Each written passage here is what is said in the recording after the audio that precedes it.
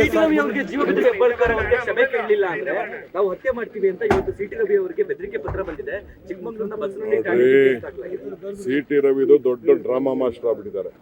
ನಾನು ಒಬ್ಬ national leader, ಅವರು ಬಿಜೆಪಿ ಆಫೀಸ್ ಬೇರರ್ ಅಂತ ತಿಳ್ಕೊಂಡಿದ್ದೆ. ನಾನು ಅವರ ಮಾತು ವಿಚಾರ ಎಲ್ಲ ನೋಡಿದ್ರೆ ಅವರು ಈ ಲೆವೆಲ್ಗೆ ಇಳಿತಾರೆ ಅಂತ ನಾನು ತಿಳ್ಕೊಂಡಿರ್ಲಿಲ್ಲ.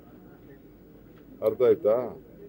ಸುಮ್ಮನೆ ಮಾತಾಡಿದ್ದು ಬೇರೆ ಯಾರು ಮಾತಾಡಬೇಕಾಗಿಲ್ಲ. ಕಾನ್ಷಿಯಸ್ ಇದೆಯಲ್ಲ, ಆತ್ಮಸಾಕ್ಷಿ. ಅವ್ರ ಪಾರ್ಟಿ ಲೀಡರ್ಗಳೇ ನನ್ನ ಹತ್ರ 100 ಜನ ಹೇಳಿದ್ದಾರೆ ಮಾತಾಡಬಾರ್ದಾಯ್ತು. ಅಲ್ಲೇ ನಾನು ಮಾತಾಡಿದ ತಪ್ಪಾಗೋಯ್ತು, ಹತ್ತಾಶ್ಚರ್ಯದಿಂದ ಮಾತಾಡಿದ್ದೀನಿ, ಕ್ಷಮೆ ಕೇಳಿದ್ದೀನಿ ಅಂತ ಹೇಳಿದೆ. ಕ್ಷಮೆ ಕೇಳ್ತೀನಿ ಅಂತ ಅಂದ್ರೆ ಮುಗಿದೋಯ್ತು. ಅದು ಬಿಟ್ಬಿಟ್ಟು ಸುಮ್ಮನೆ ಸುಳ್ಳು ಮಾಡ್ಕೊಂಡೋದ್ರೆ ಇದಕ್ಕೆ ಯಾವುದೂ ಕೊನೆ ಇಲ್ಲ. ಅವೆಲ್ಲ ಸುಮ್ಮನೆ ಸುಳ್ಳು ಎಲ್ಲ ಇದೆಯಲ್ಲ. ಅವ್ರ ಹತ್ರ ಏನೇನು ತನಿಖೆ ತಂಡಗಳಿದೆಯಲ್ಲ, ತನಿಖೆ ತಂಡ ಏನು ಬೇಕಾದ್ರೂ ಮಾಡಿಸ್ಕೊಳ್ಳಿ, ಯಾರು ಬೇಡ ಅಂತ ಹೇಳ್ತಾರೆ.